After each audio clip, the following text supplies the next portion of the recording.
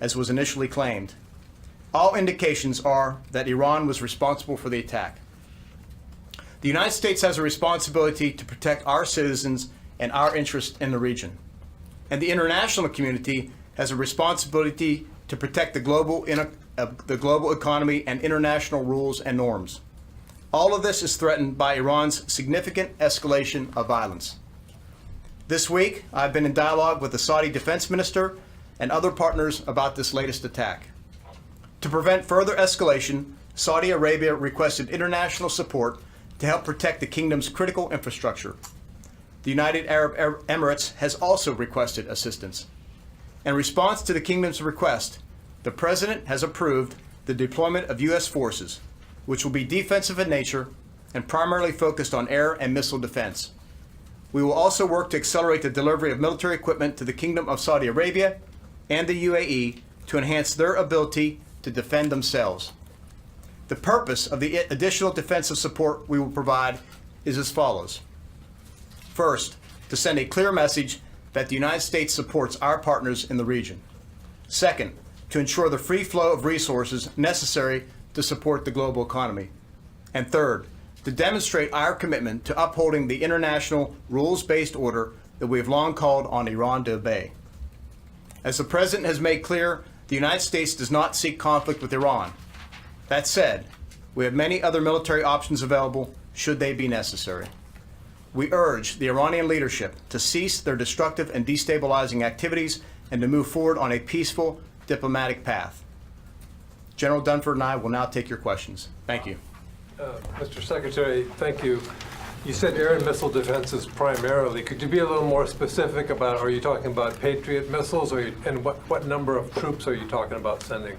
Yeah, so Bob, Secretary Pompeo just came back this morning, and the Saudis asked for enhanced defensive capabilities. So what we'll do now is take the President's decision. I'll talk to CENTCOM over the weekend. We'll talk with our Saudi partners, and we'll work the details of the deployment. We'll be able to share that with you next week. So there's been no decision on specific numbers? We haven't decided on specific units. Broadly, as the Secretary said, it'll be capabilities to enhance their air missile defense. It's now my job to come back with to the Secretary with the details of what we believe would meet the Saudis' requirements and is sustainable. Very good.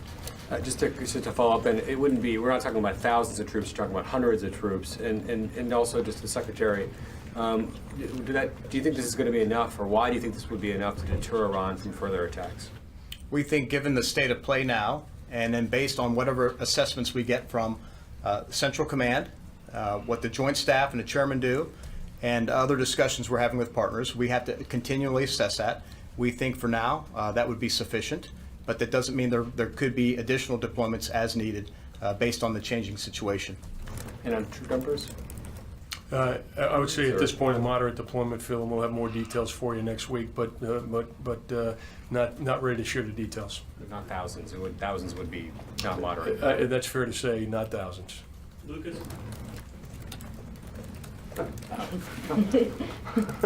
Are there any plans to hold the Lincoln Strike Group any longer than currently planned?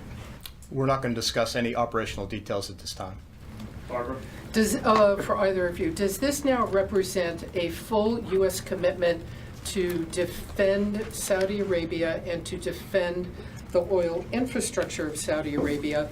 And for General Dunford in particular, what's your concern about their ability, the Iranian ability, to launch swarms of drones at very great distances without any air defense detection of this incoming attack? So what I'd say, Barbara, in terms of what we're doing is we're contributing to Saudi Arabia's defense. We would be looking, as the Secretary said, for other international partners to also contribute to Saudi Arabia's defense. And with regard to dealing with a specific threat like you just spoke about, no single system is going to be able to defend against a threat like that, but a layered system of defensive capabilities would mitigate the risk of swarms of drones or other attacks that may come from Iran. I want to double down on the Chairman's comments two ways. First of all, I agree. What we would be deploying to the theater would be what would be necessary to help support and contribute to the kingdom's defenses. And at the same time, we're calling on many other countries who would also have these capabilities to do two things. First of all, stand up and condemn these attacks. And secondly, look to also contribute defensive capabilities so we could defend those things that I outlined in my remarks, whether it's the infrastructure in Saudi Arabia, and then the broader issues with regard to freedom of the seas, navigation in the Strait, and then the international rules and norms that Iran is clearly violating. Courtney. So should we take this as this is the president's decision about the response to the attack in Saudi Arabia, and there's not a kinetic response that we should expect from the United States? This is the first step we're taking with regard to responding to these attacks, and again, for the reasons I outlined, to help bolster the defenses of Saudi Arabia and provide equipment to both the Saudis and UAE. Second, to ensure the free flow of commerce through the Strait, and third, to ensure we protect and defend the international rules-based order, and try and convince the Iranians to get back on the diplomatic path. But the deployment of these kinds of assets can often take days and weeks. Should we expect any other kind of more immediate response from the United States specifically? The United States has a robust presence in the Gulf already. We bolstered it further in May, so we feel quite quite confident in terms of our own defensive posture and our ability to do anything else as necessary. But that's not where we are right now. Right now, we're focused on helping the Saudis improve their defenses of that infrastructure. All right, last question, Nancy.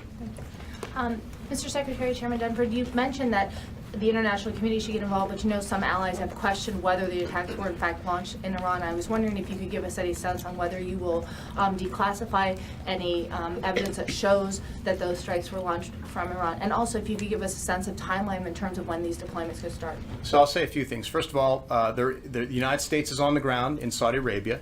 The Saudi Arabians are leading this investigation, and we will keep them in the lead with regard to the forensics. So we need to let that play out and let the evidence play out.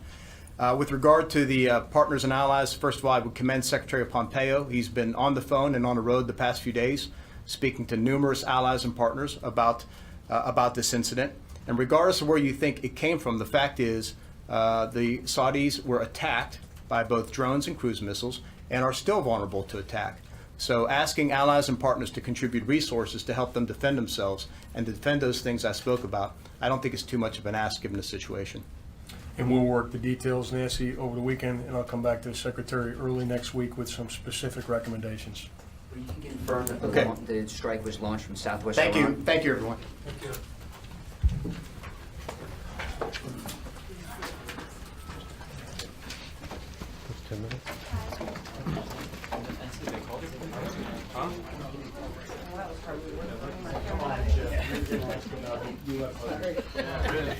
Is that out loud?